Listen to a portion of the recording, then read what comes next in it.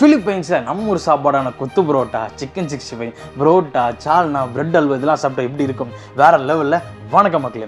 கொஞ்சம் நாள் முன்னாடி என் ஃப்ரெண்டெல்லாம் ஒரு சில பேர் ஆரம்பிச்சிருந்த ஒரு க்ளவுட் கிச்சன்லேருந்து நம்ம ஊர் சாப்பிட்றான புரோட்டா, சிக்கன் 65, கொத்து புரோட்டா, பிரெட் அல்வா இதெல்லாம் ஆர்டர் பண்ணியிருந்தேன். எல்லாமே நல்லாவே இருந்துச்சு, நம்ம ஊரில் சாப்பிட மாதிரி இருந்துச்சு. பட் ஸ்டார்ட் வித் கொத்து புரோட்டா. கொத்து புரோட்டா ஒரு சட்டிலாக இருந்துச்சுங்க, ஒரு பெப்பர் பேஸில், ஒரு புளிப்பு காரம் இல்லாமல் ஒரு சட்டிலாக காரமாக நல்லா இருந்துச்சு. கம்மிங் டு புரோட்டா வந்து பெரிய புரோட்டா, நல்லா சாஃப்டாக இருந்துச்சு. என்ன ட்ராபேக்னா சால்னா வந்து கொஞ்சம் சட்டிலாக இருந்துச்சு. இதுவுமே ஒரு பெப்பர் பேஸில் இருந்துச்சு, தவிர ஒரு புளிப்பு காரமெல்லாம் இல்லை, சட்டிலாக இருந்துச்சு, ஓகேவாக இருந்துச்சு. பட் புரோட்டா சாப்பிட்டா ரொம்ப நல்லா இருந்துச்சு. அண்ட் சிக்கன் 65 குவான்டிட்டி நிறைய இருந்துச்சு, கரெக்டாக இருந்தது. நல்ல மசாலா ஓவராலாக போடாமல் மசாலா கரெக்டாக கோட்டிங் கொடுத்து நல்ல சாஃப்டாக சூப்பராகவே இருந்துச்சு.